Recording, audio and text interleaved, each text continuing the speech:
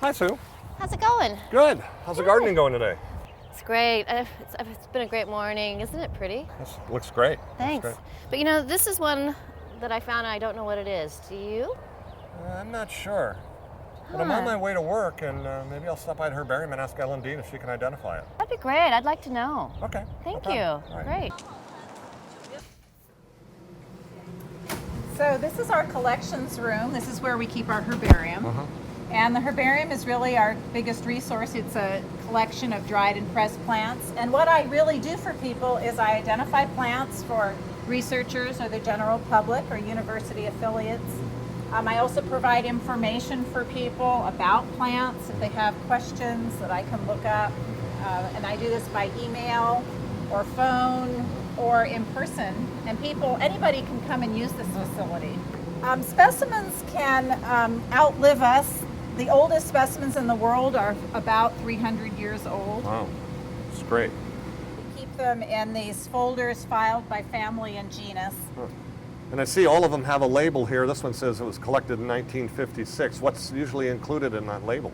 It has the correct determination of the plant. It has who collected it. It has their collection number and when they collected it. It also has where they collected it and the elevation. Often it will have information about the plant community or associated species, maybe soil type. So, Ellen, other than just to identify plants, are there other scientists that use the herbarium? There are a lot of people at other herbaria who may be working on taxonomic research, writing keys for different floras. They will want to look at specimens from many different herbaria for their work. And so we send them our specimens, and in a similar way, if there's researchers here that need specimens from other herbaria that need for their work, then we'll ask for those specimens and house them here. You know, we keep it cold in here because it discourages insects from being in the herbarium. They can't breed or feed at the 60-degree temperature that we have, at least the beetles that are the damage of herbarium specimen. Some people call them tobacco beetles. Wow, it's a lot warmer in here. Sure. Yes, it is. Well, Ellen, here's the plant I brought in. Oh, it's definitely a euphorbia. Let's look at it under the microscope. Yeah, it's definitely a euphorbia.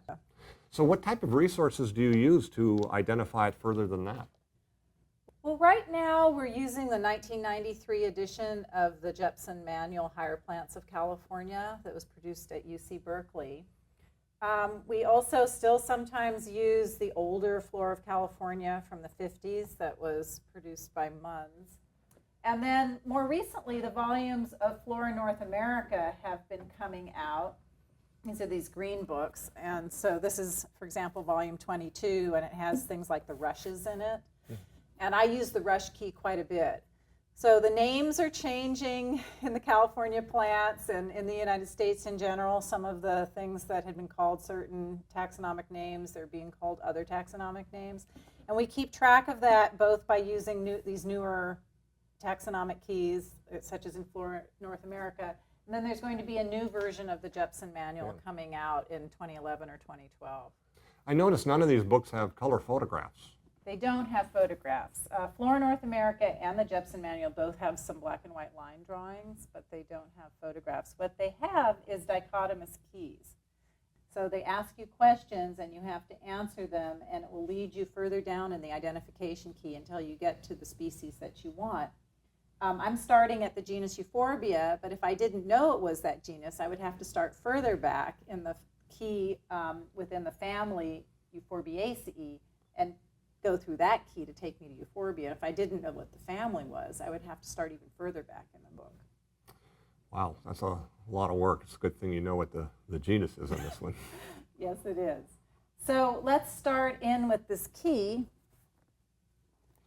The first question here is involucra with petal-like appendages on glands, stipules present, gland-like, minute, versus the other alternative, which is involucra without petal-like appendages on glands, stipules none. And so that's the dichotomy. That's why it's called a dichotomous key. You have to choose one of those choices. I guess to do this, you really have to know what an involucre is, That's what a gland right. is, so and what a when you're stipule is. just starting, it's like learning a new language, like learning German. And when you're just starting, you use the glossary of this book a lot to look up each word, unless you've taken some kind of a class where you've gone over the vocabulary. But if you sit down, anybody can teach themselves how to use these terms. Well, I know I used a lot of the descriptions when I developed interactive keys, so it's been a very helpful book for me too. Yes, a lot of people use the information from this book to use to make other floras of counties and things like that. So to answer the first question, no, there aren't any petal-like appendages on the glands. And so you would go on to the next dichotomy where it says inflorescences, which is the flowering area, few to many in cyme-like clusters at branch tips, involucral glands 1 to 3, cup-shaped. And the dichotomy of that is inflorescence clusters umbel-like below and cyme-like above, involucral glands 4 more or less flat. And you can see here that this is the inflorescence where all of the flowers are, and all of the parts of the inflorescence, all of the stalks, are coming out from one point here, like the spokes of an umbrella. So that would be umbel-like. And that's umbel-like. And so you choose the second alternative. And then you go on to a relatively easy couplet where it's asking you here 5, leaves opposite 4 ranked versus 5 prime, leaves alternate. And if you look at the way the leaves are arranged on this plant, below the inflorescence area, alternate means just one leaf coming out at a time along the stem, and you can see these leaves are coming out in an alternate fashion. There aren't 2 coming out at the same spot, there's just 1, and that means alternate. They're alternating up the stem. So you would go with the second choice, leaves alternate, and then the next couplet here, number 6, is asking you leaf margin, that means the edge of the leaf, is finely toothed if the leaf margin does not have teeth. And this leaf margin clearly does not have any little teeth on it. And if you keep going, it's asking about the leaf shape, whether they're narrow and linear versus wide and obovate, and you can see that these leaves are definitely obovate. And then it's asking us about the seed being dotted, and whether it's a weed of waste places and gardens versus the seed sculpture low and net-like. So if you look at the seeds on this, the seeds are definitely dotted, and it is a weed of waste places. And so it's probably Euphorbia peeplis. And if you look here at the description of it, it says Euphorbia peeplis pettispurge is a non-native.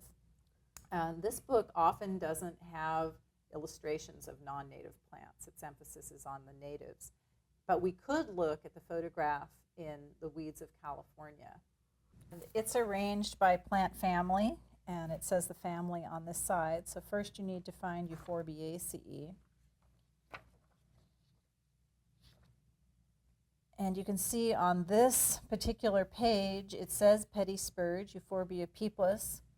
And the picture of Euphorbia peeplis is right here on page 712.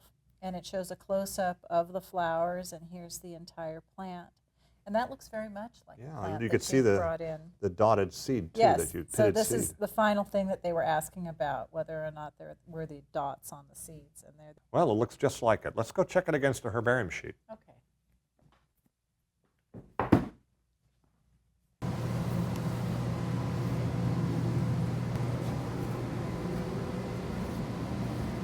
So here's our specimens of Euphorbia peeplis. And you can see that this looks quite a bit like these specimens. Here's one that looks very much like it. Of course, the color has changed as the plant dried, but you can see that the form of the plant is very, very similar. Yeah, that looks just like it. Would you like to add that one to your collection? Sure, but I'm going to need a little bit of data from you. Okay. This is the data sheet for plant collectors that we give to people, and it has places for you to fill out the location and the habitat, the plant description, and the date that you collected it. Okay, great. I'll do this today. And before you go, we have a little present for you.